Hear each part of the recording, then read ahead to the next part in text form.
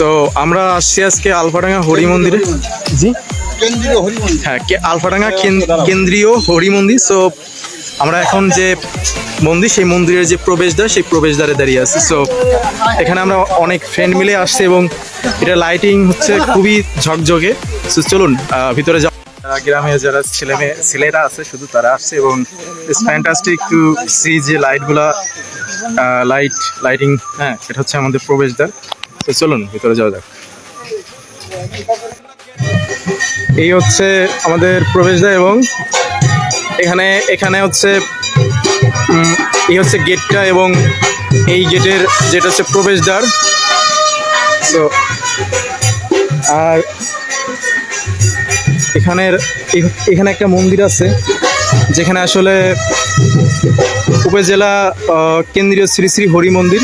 এখানে দেখতে পাচ্ছেন যে হরি মন্দিরের যে প্রতিমাটা সেটা এখানে আছে এবং এখানকার যদি আমি একটু এই মন্দির চত্বরটির একটি বিশেষ জিনিস আমার কাছে খুব ভালো লেগেছে যে এই মন্দির চত্বরটি আসলে সিসিটিভি ক্যামেরা দ্বারা নিয়ন্ত্রিত হচ্ছে। এমনকি এই মন্দিরের সত্য, ত্রেতা, দাপর যুগ এবং কলিযুগের কাহিনী অবলম্বনে 151টি প্রতিমা আসলে প্রদর্শিত হচ্ছে, যেটা আমরা একটু পরে হয়তো দেখতে পারবো। এই মন্দিরে গত 17 বছর ধরে দুর্গাপূজা হয়ে আসছে।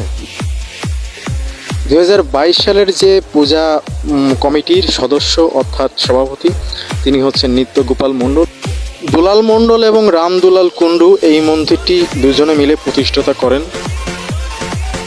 এই মন্দিরের যে আলোকসজ্জার ব্যবস্থা অর্থাৎ আলোকসজ্জা, সেটি আমার কাছে খুবই দুর্দান্ত লেগেছে এবং lighting system, sound system, everything was so fantastic. এবং আপনারা যদি আসতে চান তাহলে অবশ্যই ফরিদপুরে আসতে পারেন। ফরিদপুর থেকে বোয়ালমারি এবং বোয়ালমারি থেকে হচ্ছে আলফাডাঙ্গা।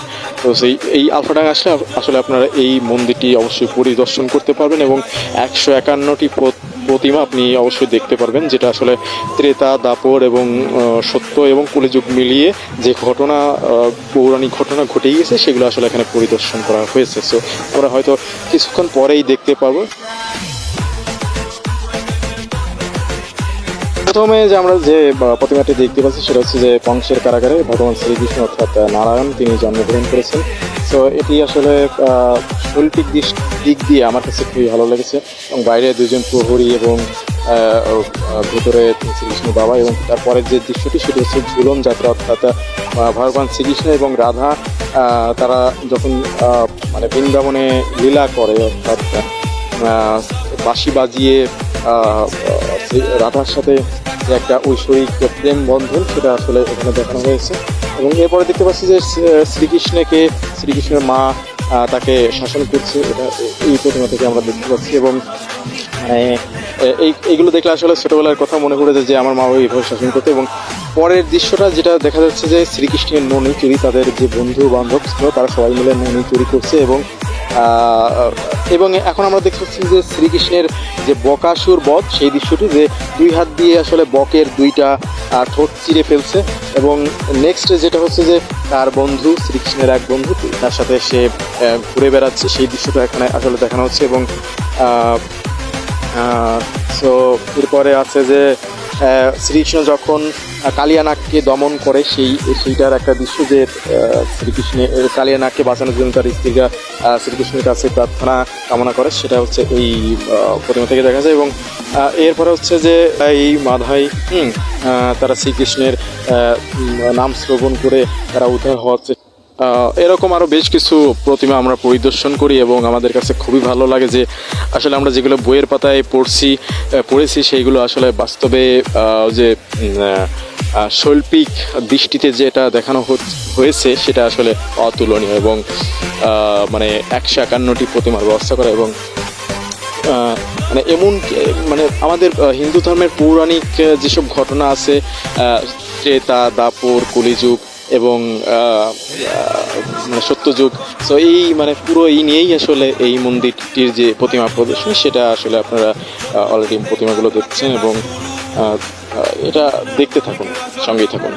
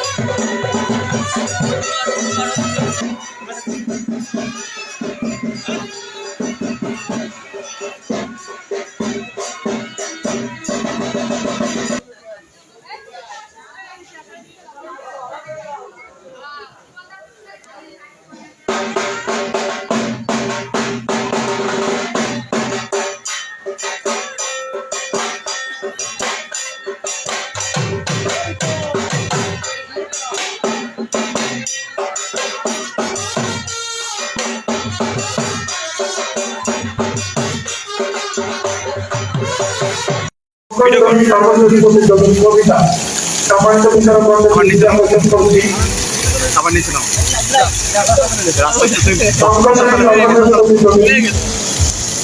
কবিতা এবার পজ করো অফ করবো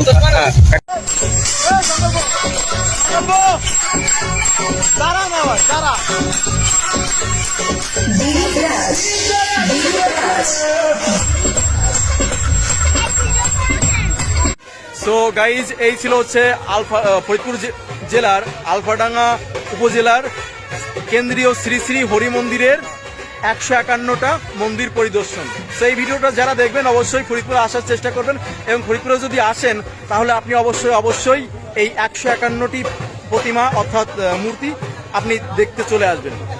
এটা কিন্তু খুবই ইজি যে এখন গুগল ম্যাপে করেও আপনি লোকেশনে চলে আসতে পারবেন। সো ভালো থাকবেন এবং নমস্কার এবং শারদীয় দুর্গাপূজার শুভেচ্ছা রইল। ধন্যবাদ সবাইকে, ভালো থাকবেন।